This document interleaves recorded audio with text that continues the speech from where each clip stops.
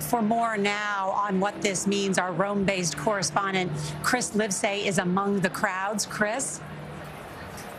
Nora, yeah, I wanted to just piggyback on what Father Figueiredo was saying about the Room of Tears, where the Pope will put on his vestments. I mean, and as the gravity of his calling sinks in, it's called the Room of Tears because so many popes have broken down and cried as they realized that their life will never be the same again. Remember when Pope Francis became the Pope, he reportedly told his fellow cardinals that he asked God to forgive them for what they had just done. And of course, it was in that fitting room, the Room of Tears as it's known, when he was probably already thinking of how he wanted to present himself to the city and to the world. And then, as we know, when he stepped out on the balcony of St. Peter's, I was there in 2013 when he shocked the world and was not wearing that extravagant papal regalia of popes who came before him. He wasn't wearing that red mantle, the mozzetta. He chose instead to present himself more as a humble priest. And of course, that was a sign, a symbol of that papacy of Pope Francis that was to come. So keep that in mind as we wait to see the Pope and how he's dressed. It's a lot more than a simple fashion statement when he comes out onto that balcony. It's going to certainly mean a lot as we continue to watch the white smoke. By the way, that's a lot of smoke coming out of there. That is done with a chemical compound in a cartridge in the stove, and that smoke continues to rise out of the Sistine Chapel, and the crowd is really just feeling the moment. I just wanted to point out that we've heard the bells ringing. And yesterday, if you caught the CBS Evening News, we profiled a man named Giacomo, a 38-year-old Roman who goes around programming the bells of all of the churches in Rome, throughout Rome, more than 100 of them. He programs them to ring in unison with the bell here at St. Peter's Basilica. Just a special moment there for the people to hear and know that this And we should add, Maurice, that, you know, that business of ringing the bells, although it is magical and it's lyrical and it summons this sort of sense of the moment, originally it was actually a solution to a logistical problem, which is this chemical mix you're talking about. Before that was really working, the smoke would often come out as a kind of indistinct gray, and nobody could tell whether it was white or black. So they decided to start ringing the bells at the same time in order to make sort of put an exclamation point on the fact that we have elected a new pope. And that smoke's been going on for more than 10, 12 minutes now. Seth Doan is with some Americans in the crowd who are in the moment right now. Seth. That's right, exactly. We have Harrison and Madeline from Arkansas and Idaho. Describe this moment. You've been camping out waiting. Yes. Describe the moment when everyone learned, when we all learned together. So it was honestly pretty surprising because we weren't expecting it to happen right now. It was a little delayed. You know, they said if it past 6, then, you know, you need to wait a little longer. And then we were talking about, you know, we're going to kill some time, maybe crack open a book. And then, yeah, I heard some screams and looked up. Tell me about that moment. All of a sudden you hear cheers, and I wasn't sure if it was just because of the smoke in general or if it was because the Pope was elected. It was, the energy was really fun. And when you saw was white smoke.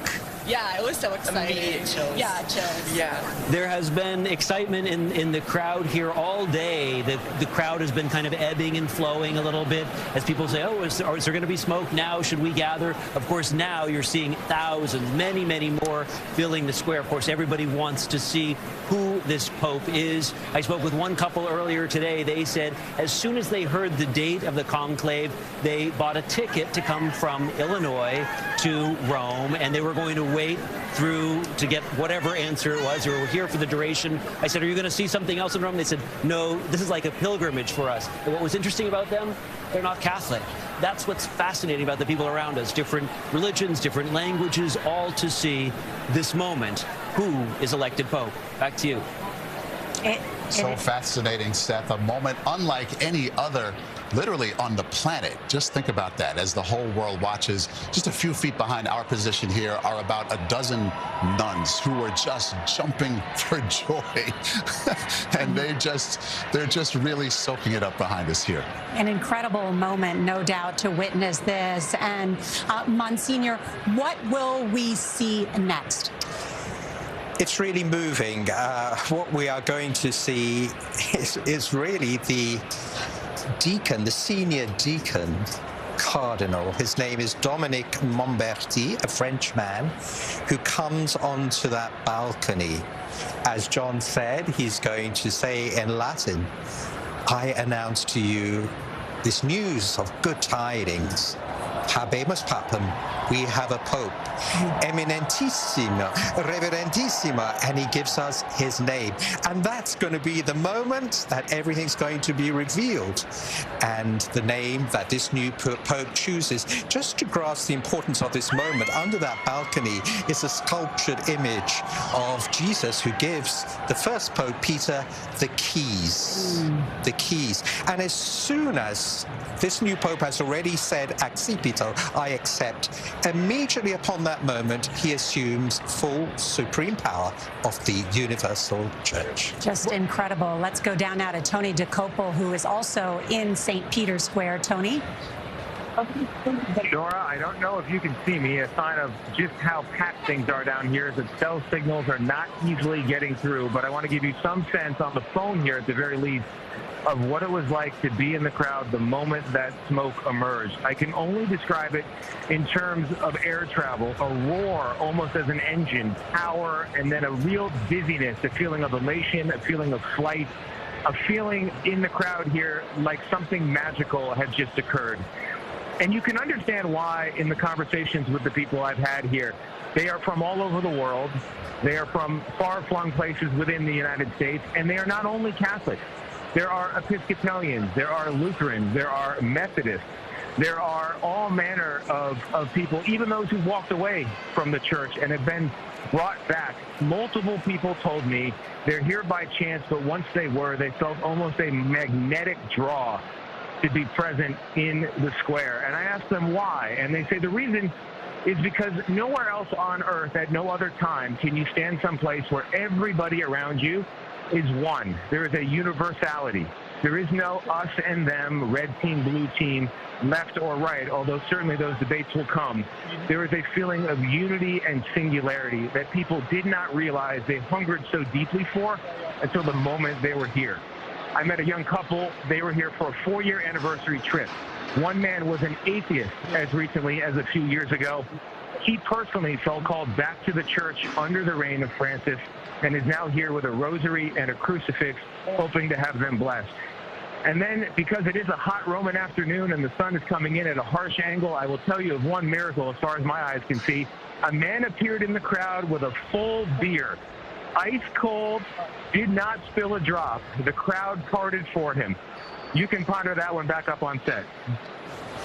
Oh, Tony, send us the pictures. We want to share that with everything. Tony DeCopel, who is witnessing these miracles. Right. I mean, St. Tony himself down there in the crowd. What an incredible moment. And we have this incredible position above St. Peter's Square here. And just to let everyone know, while there are tens of thousands inside St. Peter's Square right now, you have to go through security. And there are just lines as far as you can see as people are trying to get through the security to be inside that square tonight for when the new pope emerges in front of St. Peter's Basilica on the loggia. And when you compare this to the last two conclaves in which a pope was elected, it's a beautiful, incredibly gorgeous day. The last two times was drizzly and raining and dark even. And so there's brightness, there is light, there's this universality that Tony talked about so well. I'm wondering, Monsignor, what you're feeling in this moment today. Actually, there's some emotion.